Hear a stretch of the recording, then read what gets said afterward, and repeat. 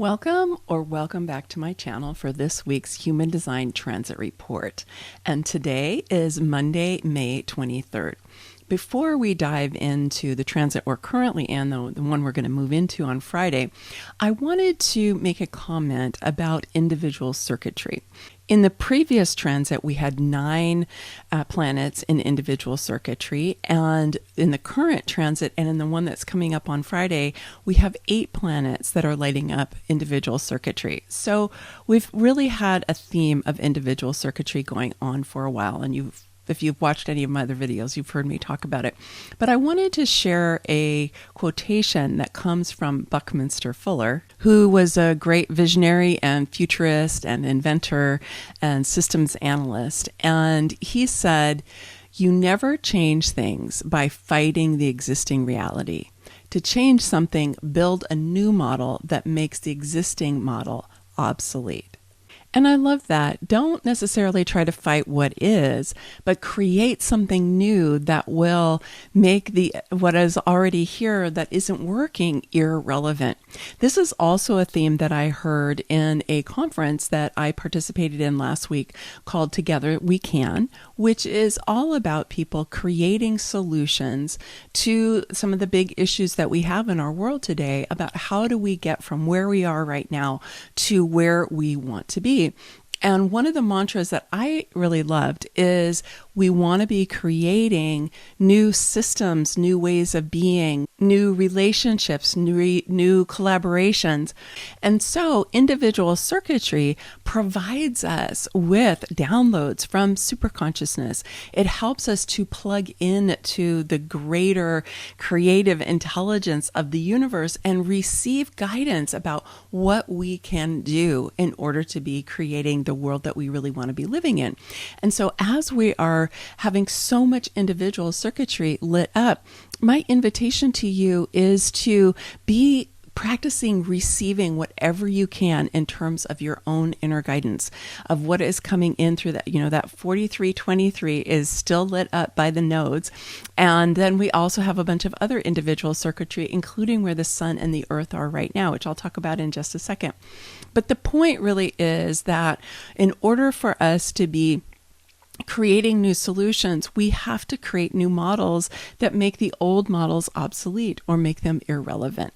So I hope that inspires you, and I encourage you just to be pondering that a bit and also be tapping into some resources that I will put in the description below in case you want to be finding out a little bit about what other people are doing are making positive change here in the world. Okay, let's go ahead and get into the current transit we're in.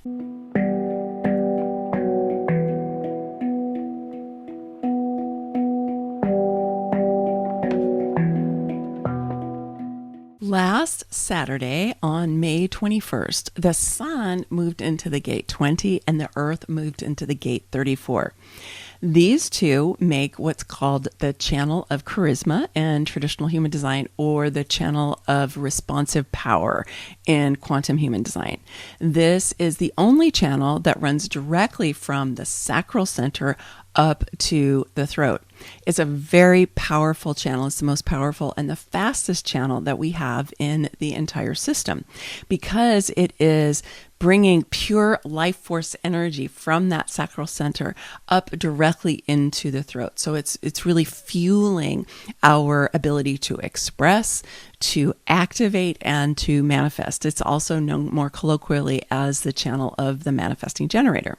Even so, there is a creative tension that is built into this channel because of the 2 gates that are involved. So let's dive into the specific gates, and then we'll circle back to what that creative tension is. So the earth in the gate 34, the 34 is known as the gate of power, and it is colloquially known as the busy gate because it just has a lot of energy.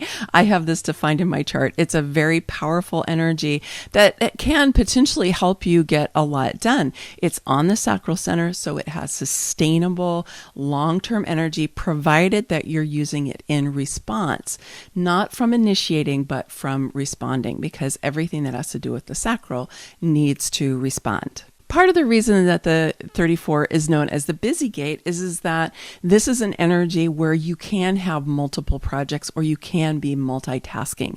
People who have this defined in their chart really are designed to be having multiple things going on at the same time. Not necessarily 20 or 30 things, but 3 or 4 things at any rate.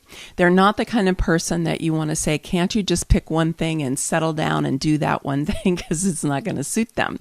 It doesn't suit me and it won't suit you if you've got the 34 defined in your chart. But the challenge of the 34 is that you can be very, very busy and kind of spinning your wheels, running around in circles, not really getting a whole lot done. This is a challenge with this channel in general, is to be being very busy, doing a lot, and yet kind of spinning around in circles, not being super clear about what it is that you're doing. So the 34 is definitely an ally. It definitely is power. And you want to be looking this week for if you do feel like you have some more sustainable energy, particularly those of you who are non-sacral beings, because the sacral is defined during this transit by this channel.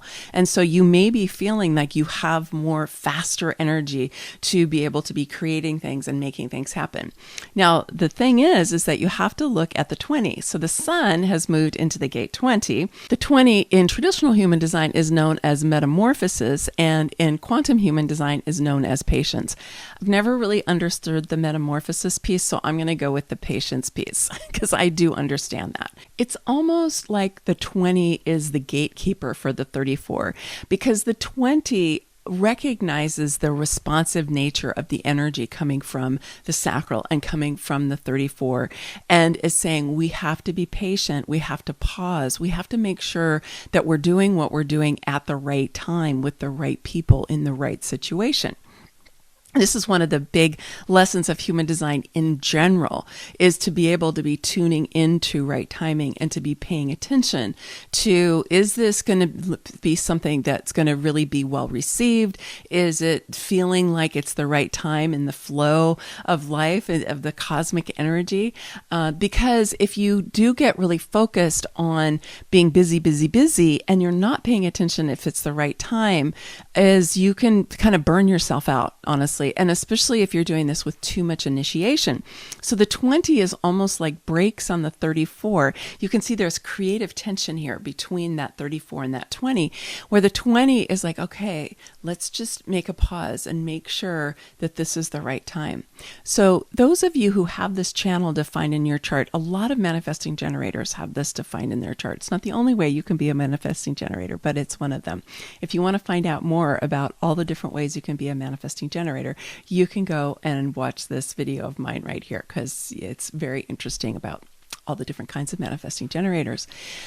And if you have this defined in your chart, then you may feel that tension. I have coached a fair number of people who have this channel, and they have really needed to learn how to navigate that. They recognize the kind of, just going for something and feeling all this energy and, really going full out, and then being like, that didn't work out very well because they didn't wait for the right time, right? They weren't paying attention to, is it the right people? Is it the right situation?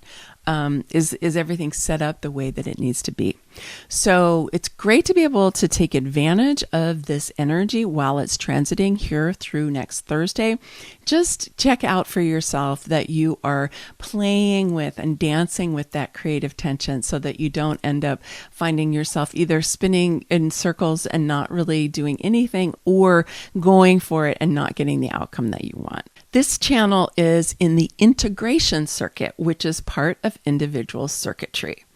It's a very complex set of channels, and some of them overlap, the gates overlap with each other. So it's very complex wiring. I have almost all of the integration circuit defined in my chart. The only thing I don't have defined is the 20. And so this is an energy that I know pretty well. And it's good to take time when you have the integration circuit, which also seems a little contradictory if you have the 3420, because it is really fast. But it is good to be taking time to allow things to integrate. I know my mentor, Karen Curry Parker, at one point said that it's almost like being emotionally defined, that you really do want to take time before you make big decisions or just even to know what you think about something. I have found this to be very true for me, that even though theoretically, I have instant knowing in the now because I'm a pure generator and I'm not emotionally defined and I have the sacral. So, according to traditional human design, I'm like, bing, I have an instant hit on something. But I've found that I do better when I take more time. So if you have a lot of this integration circuit defined in your chart, and we're going to be feeling it here with this 3420, is you also, again, want to take time to integrate new information that you have or what somebody said or something that you read or that you even that came to you through the individual circuitry that you have. Even that, you want to take some time to integrate it so that you can really get clear about what it means for you, what is significant about it, what is it that you want to act on or you don't want to act on, something you want to withdraw from or something you want to engage in. So that's one piece I would just say that I think will help you make the best use of this energy. Then on Friday, May 27th, the sun is going to move into the gate 16, which is also on the throat, and the earth is going to move into the gate 9, which is also on the sacral. It's interesting. But we have both of the same centers being activated, and yet we are moving into the logic circuit because both of those gates are in the logic circuit. Interestingly enough, we still, alongside those, will have 8 activations in the individual circuitry while we're having the sun and the earth move into logical circuitry. So you can have a little bit of tension just between those two kinds of circuitry because individual circuitry is here to be different. It's mutative. It's here to bring change. That integration circuit I was talking about a minute ago is super, super, super that way. And then logic is really more logical, rational, reasonable. It's where the scientific method is housed inside of human design. And so it's much more methodical. It's much more, can we count it? Can we replicate it? How can we quantify it? How can we categorize it? That kind of thing. Individual circuitry isn't like that at all. It's really just plugged right into superconsciousness. And it's not something that's rational or reasonable or calculatable at all.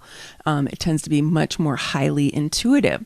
And so as we're moving into this transit, you might feel a little bit of tension between those two different kinds of circuitry, both of which are going to be active during this next time. So the gate 16, where the sun is going to be lighting up starting on Friday, in traditional human design is known as skills, and in quantum human design is known as zest. I love that word, zest. The gate 16 is mated to the gate 48, which is on the spleen, and it's half of the channel of talent. The 16 has a reputation that's very different than the gate 20, which is also on the throat. It's much more of the, I've got a little information, let's just go for it, right? So that's kind of, I think, where the zest comes from. It's this idea of like, yes, it's like a joie de vivre. It's a, we can do it. It's a, let's go for it. The Nike, just do it, right? It's that kind of an energy. Whereas the 48, which is on the spleen, is wisdom. And so it really loves to learn. So the two of them together really have, a kind of dynamic creative tension between them. So the sun in the gate 16 is going to be inspiring us to say, let's just do it. So it's a good time if you have things you've been thinking about or you've wanted to do or you've kind of gotten started with, and you may feel a big burst of energy that comes through while the sun is lighting up that zest. The downside of the 16 can be just going for things before it's actually the right time, or even if you're ready, it's that kind of ready, fire, aim energy. So you want to also watch out for that, right? Just to be taking a moment to also pause and be like, okay, let me just make sure that this is actually something I want to be engaging in or something that I want to go for. But otherwise, it's a very uplifting kind of sprightly energy. It can help you move forward with things where you've maybe felt a little bit stagnant or stymied or whatever. So check that part out. Now the earth is moved into the gate 9, and the 9 is on the sacral. It's also in the logic circuit. And the 9 is interesting. It's part of the channel of focus in traditional human design. And it's known as focus in traditional human design, the gate, and then as narrowing in quantum human design. And it is an energy that is about both being able to kind of see the big picture, but then also to be able to focus in. So it's kind of like, let's step back and see everything, but then let's come and focus in and make decisions, right? So it's both of those energies. So if you're grounding yourself in that ability to see the big picture and then make a choice by focusing, you can see how that can support you then with going for it with that zest energy that you have, that where the sun is in the gate 16. So the two of those make a really nice pair, because that 9 will help to balance out and give some perspective to that 16 so that it doesn't just kind of go off and do its thing. And also the 16 will be like, okay, we're going to do something with that focused energy that we're starting to be able to see with the 9. Just a couple of other comments. Saturn is lighting up the gate 30. Now, Saturn moved into the gate 30 on May 5th, so it's been there for a little while, and it's going to be there all the way through July 22nd, because Saturn tends to stay in a gate for a while. And the gate 30 is known as passion in quantum human design, or clinging fire in the I Ching. And it's a super powerful energy. It's potent. And it tends to bring up the intensity of a chart, like when we see it defined in a chart. And it's going to be bringing up intensity for us through this time that Saturn is lighting it up. And Saturn is the great teacher. A lot of times Saturn gets a bad rap, but Saturn can be very supportive when you're paying attention to what it is that Saturn wants you to be paying attention to. Saturn also wants you to be incrementally building your skill in whatever it is that he's lighting up. Okay, so in this case, it's your passion. So with our current transit, with the 3420 being lit up by the sun and the earth, we also have more intensity that's coming into that. And what is the passion that's going to be expressed through that energy of the 3420? Then in the next transit, we have the 16 and the 9, as I said, right? And so that has to do with being able to see this big picture and then focusing in and then going for it with some zest, right? And again, what is your passion? Are you paying attention to your passion? That's the thing that Saturn is really asking us to look at right now, because so much of the time we tolerate, we make do, we compromise, we say, oh, this is good enough or whatever, or I don't know what else I can do, right? So my question for you is, what is your passion? And can you be giving it more attention? And can you be using the energies that happen during the transits over this next couple of months? And can you be bringing it more and more into your life? Can you make a bigger space for your passion in your life? Can you decide that your passion really matters and that you want to give more of your time and your energy to what it is that you're passionate about? I really think that this is a key, just to circle back to what we talked about really at the beginning of this video, which had to do with creating new models that make the old models obsolete. And so what are you passionate about in terms of the new world, the world that you would like to be living in, the world that you would like to leave to future generations?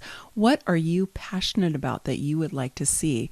And give that some of your energy. You've got a lot of support for it now. That individual circuitry is going to be supporting you to get in touch with it. And both of the other transits that we just talked about will be giving you places to be expressing it and getting it out into the world. And so I really just want to support you to say what you are passionate about matters. Otherwise, you wouldn't be passionate about it.